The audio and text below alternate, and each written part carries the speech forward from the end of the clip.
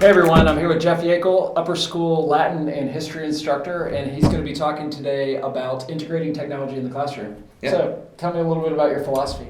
My philosophy is whenever I'm thinking about new technology integration or new things to do in the classroom, I try to think about the ways that the technology can help me as a teacher or the students as learners do new things. Not just so in instructional design theory, there's sort of this idea that you can have use technology to substitute. So just be a simple one-to-one kind of substitution with an existing way of doing things. Or you can use it to augment, modify, or even redefine how the lessons are done and what the students are doing. So I'm always really interested in ways that you can use technology to kind of go to those higher levels of redesigning or even Sure. Just augmenting. Sure. Well, I mean, that's all really important. I mean, technology is taking us in different directions and new pathways all the time. But in the end, it all does come down to what does the student need from the instructor each and every day. And so blending those two together is really important. Right. Yeah, I agree. Can you give me an example of how you've done this in your classroom? Yeah, so some of the ways that I try to use it to augment the classroom is almost every day in my classes we're using like the OneNote notebook to distribute materials to students and help them stay organized. Using Schoology as formative assessments where they can get I can set up random question banks, and so that allows the students to keep trying a problem until they're able to demonstrate mastery over it, and it kind of gives them that immediate feedback that they need and meet them at their level. And they can come in obviously from me if they need it. And then I use interactive games like Quizlet Live, which puts them in teams together and makes them work together with their devices. Kahoot and GameKit, some of those other things that a lot of the other faculty are using.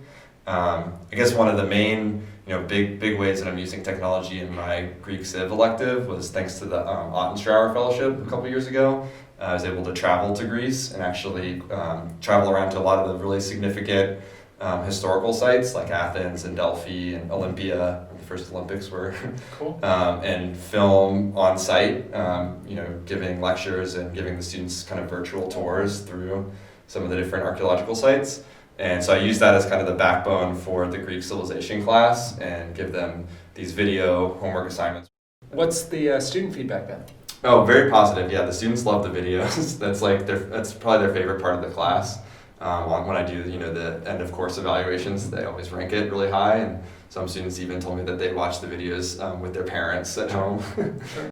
There's a whole side of educational philosophy that talks about meeting students where they are, and Right. I think it's really important that we recognize that students are learning in a different environment than we did, and certainly there are time-proven methods that we should still include, but students today, they get everything digitally. Yeah. And so meeting them with that, I mean, obviously they're receiving that, and in reality, it's just helping them make those connections. So dream big, like what are the future steps? Like where would you love to take this in the future? Yeah, so whenever I come up with new ideas lately, I've been trying to really think about ways that technology can help you to sort of redefine what the students are doing and make their work more substantive, and have more of a kind of a genuine purpose to it, beyond just getting a grade on it. Right. So one of the projects I've done is having the students in the classes create educational resources for other students. Oh, wow. Either like have the upperclassmen do research and create educational resources for the 9th grade world history students that I'm teaching. There's some examples of that I sent. And then another big project that was really successful that we did recently, kind of in the idea of redefining, using technology to redefine education, are students creating these 3D models of Greek and Roman buildings. So instead of just giving them a list of architectural terms that they're supposed to learn, what each of them are, the students are actually building the models themselves. Sure. And applying that knowledge.